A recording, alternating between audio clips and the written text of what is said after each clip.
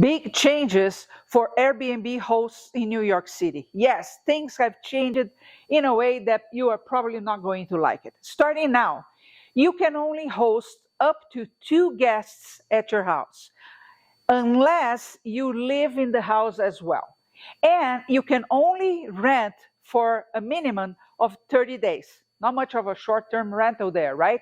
And why did this happen? Because this is not going to be good either for the Airbnb hosts in New York or for the Airbnb company as a whole, right? And why did this happen? Did you know that the average rent in New York is $5,600 a month? That's quite a high price. And what the city is trying to do is by putting more inventory, your house, for example, that you are renting now for Airbnb, in the market, that will force not only the price to come down, but more possibilities for people to rent. So that is the reason behind why the laws changed for Airbnb in New York City. But is this going to be good for you? Let me know.